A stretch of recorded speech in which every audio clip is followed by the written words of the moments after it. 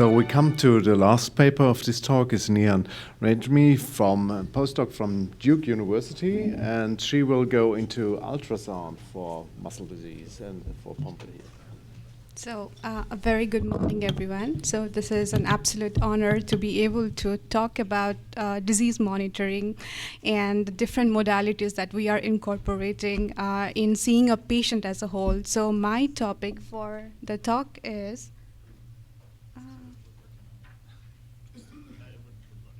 okay, so let me just build a background then.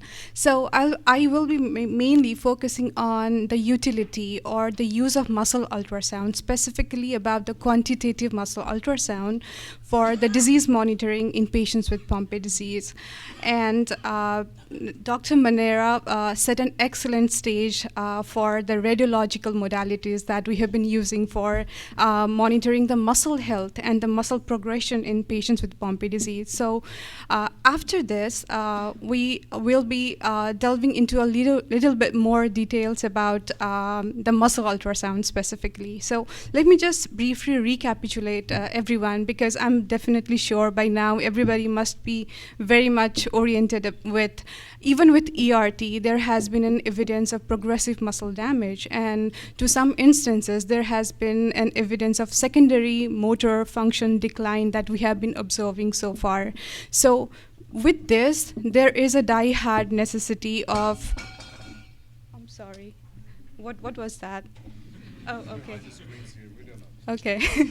So with this, there is an absolute necessary to set up or come with a monitoring tool that could actually help us track the disease progression, the muscle health in symptomatic and even in asymptomatic patients whom we are. Awesome. So yeah.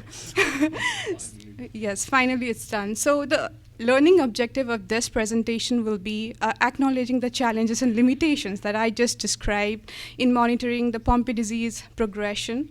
I will be talking more details about the muscle ultrasound, and I will be giving a brief background about our Duke experiences and observations in the setting of incorporating the muscle ultrasound data, and finally our conclusions and take-home messages. So, okay, so first and foremost, we need to acknowledge the muscle biopsy and its role for surveillance in musculoskeletal monitoring. The downside of muscle biopsy is it's very invasive, very painful, and needs hospitalization as well. And it is localized to the site of biopsy that we will be taking, and it is not ideal for routine surveillance where we need to repeatedly admit the patient and do this painful procedure over and over again. In that instance, where the radiological tool comes into play. So the two exclusively studied are first, of course, MRI. It is highly sensitive and it has an ability to precisely quantify the muscle pathology. However, the important factor to consider about muscle MRI is it is very costly and it is very time consuming, and which is a major factor to consider because it is not easy to perform in patients with advanced respiratory involvement who are in respiratory support, and in cases of infants and children where sedation could be a risk. And MRI is not available in every centers.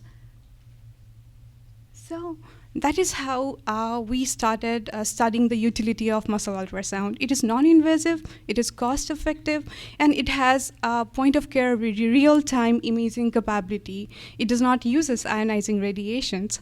And in terms of time, it was significantly, it takes shorter time to perform. It is an important factor to consider for children and those with respiratory support.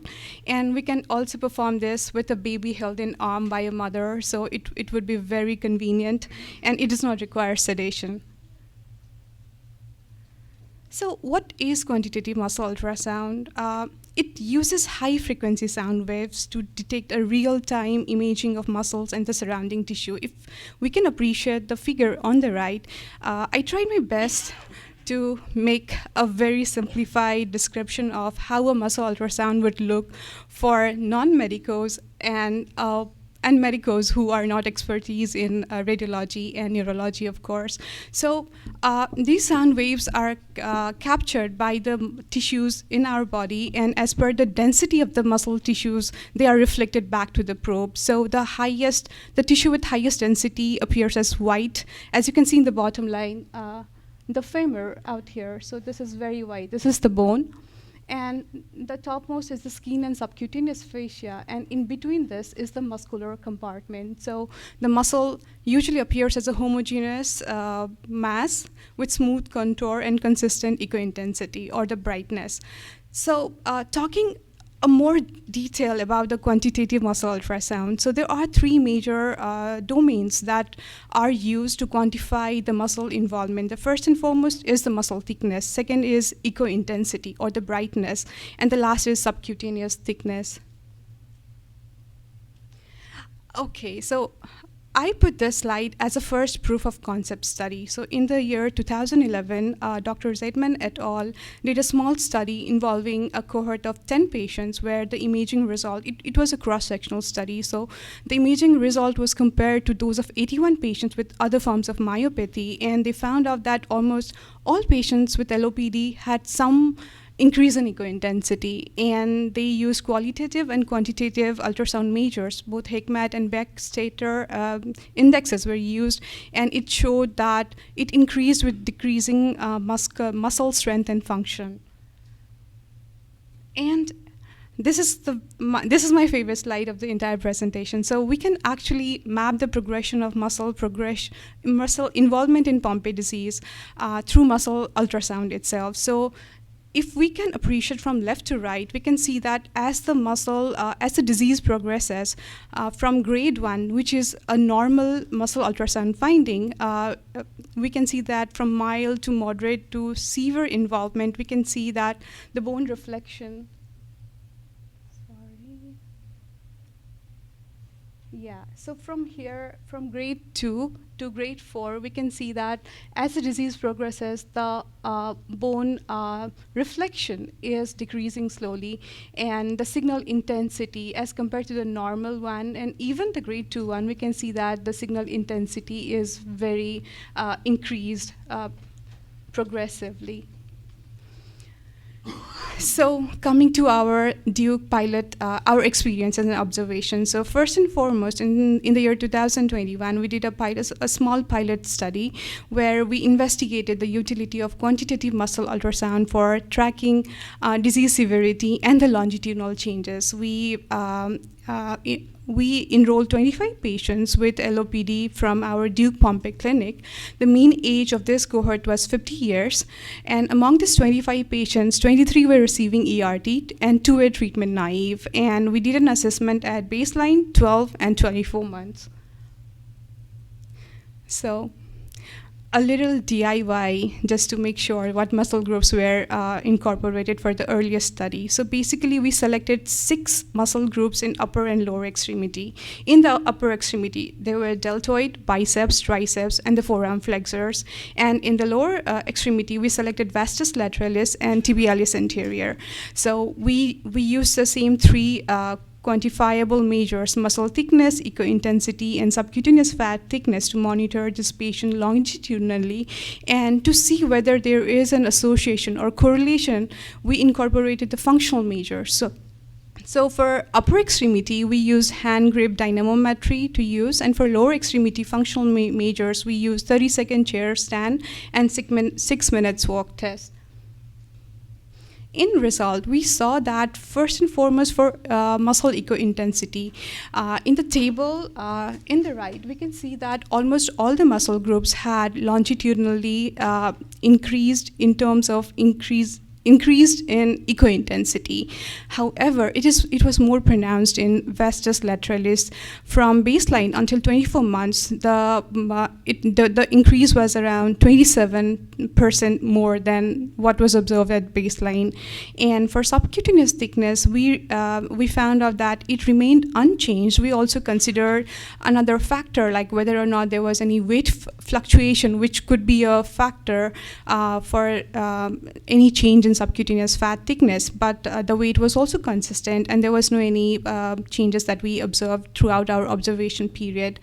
And for muscle thickness is more or less a crude assessment tool, but on a first assessment, we found out that there was an increase in thickness of deltoid, biceps, and forearm flexors throughout the longitudinal monitoring time period. And to see the correlation function, we wanted to see if the muscle thickness correlated with the functional measures. We found out that increasing vastus lateralis thickness correlated with the decreased performance in the lower extremity functional measures. So, translating our learning. So from this pilot study, we wanted to see how does the muscle ultrasound show in terms of longitudinal monitoring of patients with LOPD who are now identified via newborn screening. So I just wanted to briefly tell everybody that the recommended treatment algorithm for managing a case with LOPD, especially for asymptomatic patients, is not to start ERT at the very first. So we do a very vigilant and careful surveillance, and the guideline tells us to evaluate every 3 months until the first year until diagnosis, and after that, still, if the patient is symptom-free, we do assessment annually, and we evaluate every 3 to 12 months thereafter as clinically indicated as per the physician's assessment. So, monitoring specific to Duke. So we basically have incorporated 3 major domains to monitor these asymptomatic patients. The first is the kinematic and the functional profile, where we meticulously look at the physical therapy assessment. And the domain 2 is the biomarker profile, where we look how they do in terms of their biomarkers, their lab results. And the domain 3 is the muscle echo intensity via quantitative muscle ultrasound.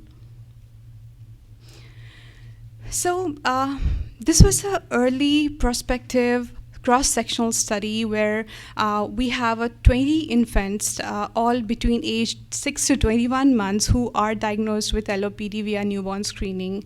So we did a single time point study, and we found out that they all had normal cardiac imaging, no conduction abnormalities, and biomarker testing showed heterogeneous results. 40% had elevated AST, ALT, and creatinine kinase, and 10% had increase in GLUC4. And speech and language pathology evaluation was also done, and 45% were found to have some issues with feeding and swallowing issues. With this pilot study, as I previously mentioned about these 3 profiles, however, the most noteworthy was the physical therapy evaluation finding. All had some sort of postural and kinematic concerns. In the table out here, you can appreciate that these are the most common features of posture and movement that we have found in around more than 50% of this patient, the cohort of 20 patients. So as you can see that they all had some problem with hip extensors, increased hip external rotation in sitting position, tight IT bands. They also had some problem with scapular winging and neck flexor weakness, rounded back in sitting positions. And on functional assessment, the quantifiable measures, we had used Alberta Infant Motor Scale, and 17% of this cohort had their evaluation, 17% were below 10th percentile. So with this, our learning was we need to closely monitor this patient, and this is very vital to essential their symptom advancement.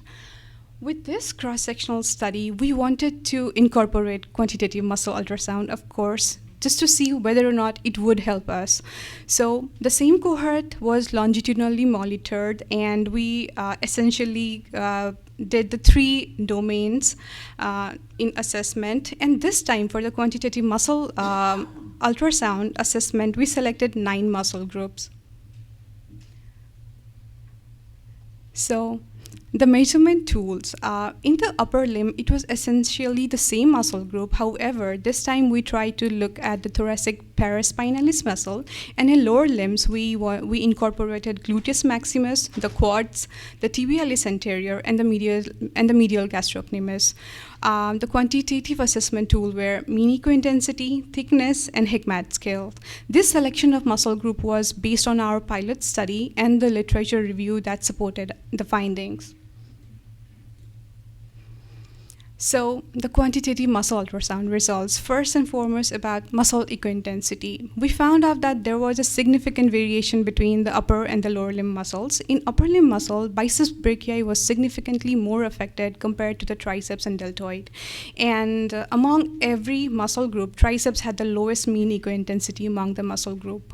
For a lower limb, quads and gastrocs had the highest mean eco-intensity. And we also observed there was increase in eco-intensity in thoracic paraspinalis muscle, the axial skeleton. So in this table, I wanted to draw your attention towards the muscle groups and the red box that I indicated. So based on our observation of this cohort using our Duke system and setting, we found out that the most commonly affected muscle group had an eco-intensity of 50 or higher, which then we started to consider as a significantly affected muscle group because we do not have any normative data to compare it or any reference intervals set for this. This is the very first longitudinal study that we have been doing in pediatric patients. So this was the reason we considered eco-intensity of 50 or higher to be significantly affected. So to summarize, muscle ultrasound is a feasible assessment tool to assess infants and children diagnosed with LOPD via newborn screening. And we do recommend the use of muscle ultrasound with age-appropriate kinematic and functional motor assessment tool for surveillance for muscle pathology in patients with LOPD. Now, our observations. So this is the last portion of my presentation. I'm not going to bore you all. So after this, we will be having a break. So this is our observation in a longitudinal follow-up in a setting of a patient who is on ERT right now. So we are using quantitative muscle ultrasound to track the treatment response. So in our cohort at Duke, we have 7 confirmed cases who are now on ERT, and they all were diagnosed with LOPD with newborn screening. So they have been with us since 2016 until now, and the median age of ERT start of this group is 8.2 months. They all were started with an initial dose of 20 milligrams per kg of L-glucosidase alpha every other week, and all patients have maintained normal or low antibody titers. So it is beyond the capacity of this presentation to talk in detail about these 7 patients. So I will be delving into a more detail about a special case to us, a case vignette about this female infant who was diagnosed with LOPD at the age of 2 weeks by newborn screening. Her GAA sequencing revealed a compound heterozygous genotype. A common splice site mutation was identified. And we maintain the essential 3 domains in monitoring of this patient as well. Oh, I had an animation set. Does that not come?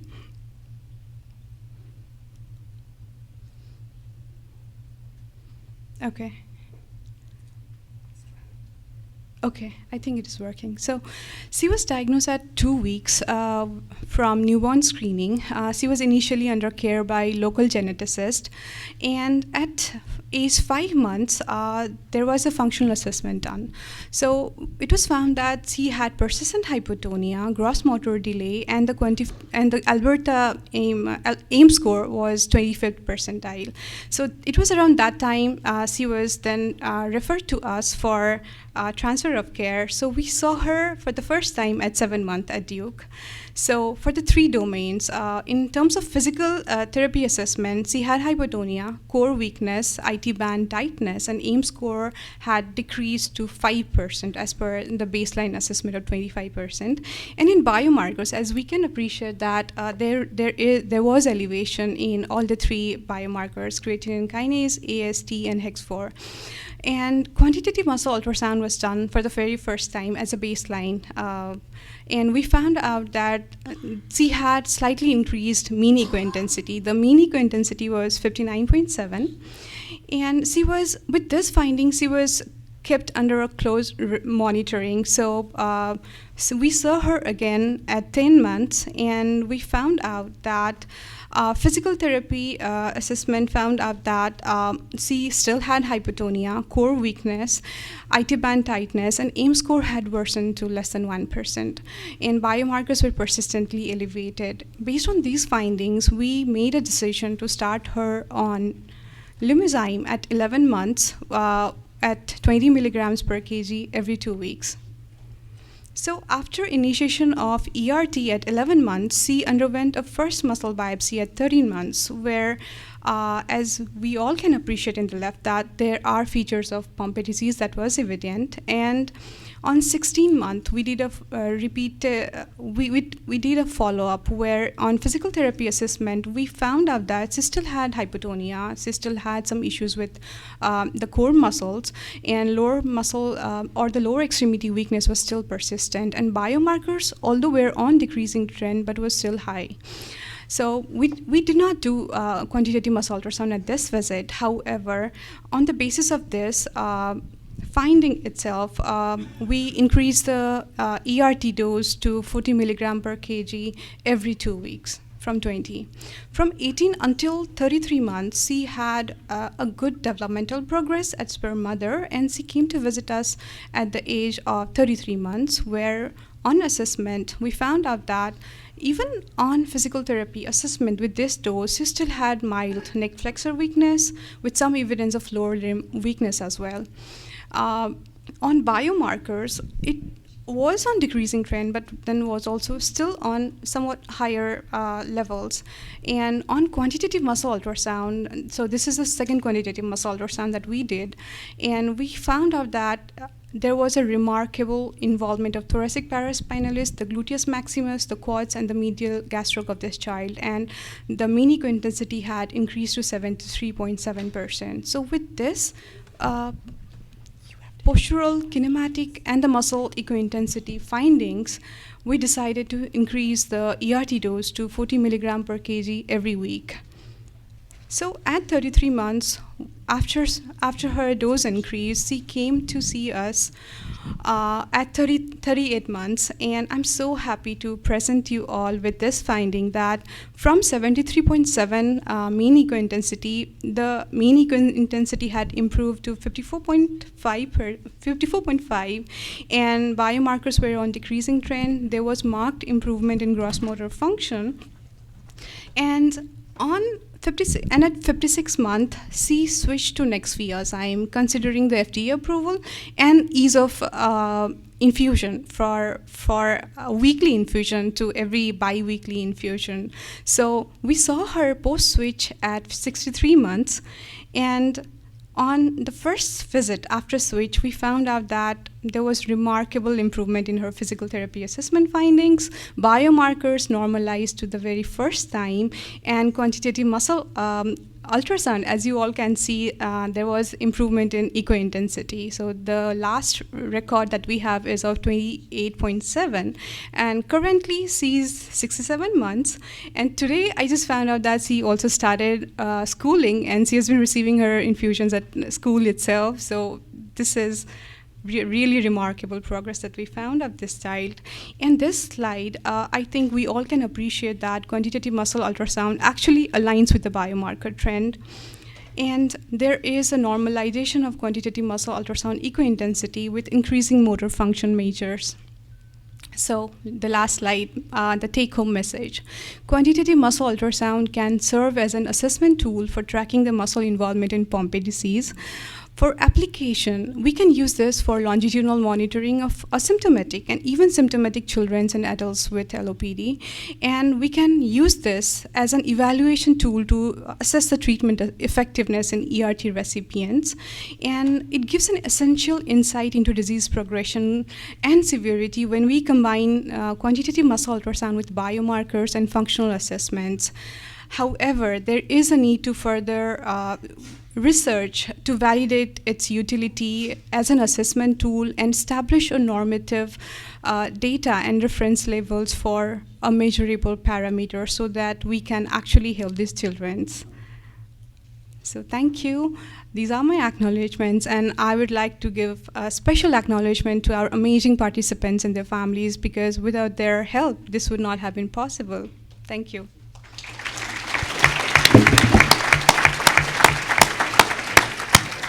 Thanks, Neha.